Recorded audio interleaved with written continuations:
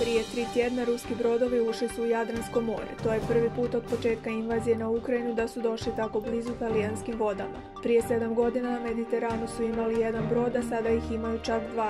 To je prilično rutinska aktivnost, usmjerena na položaje NATO snaga. Procjenjivali su reakciju američke flote. Sada su se preselili u Jonsko more, rekao je admiral Giuseppe Cavo Dragone, načelnik talijanskog stožera obrane. U redu je ako su ostali u otvorenim vodama, jer svatko ima pravo tamo ploviti, kazao je vojni analitičar Marinko Ogorec.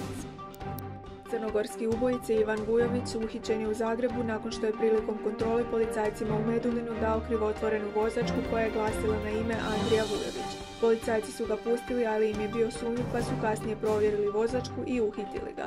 Sumnja se da je došao u Zagreb napraviti plastičnu operaciju kako bi promijenio izgled jer je već 6 godina bio na Interpolovoj tjeralici za pokušaj ubojstva u Beogradu. Lani je pušten iz crnogorskog zatvora gdje je bio zbog ubojstva Radomira Salovića. Ali policajci tada nisu znali da ga Srbija traži jer je 2015. pokušao ubiti Darka Bulatovića.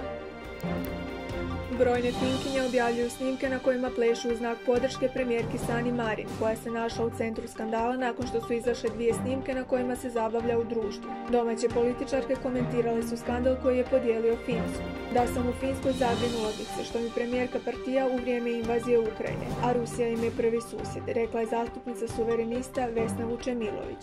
Za razliku od nje, zastupnica Darija Orešković smatra da se snimci plesa dalo previše pažnje.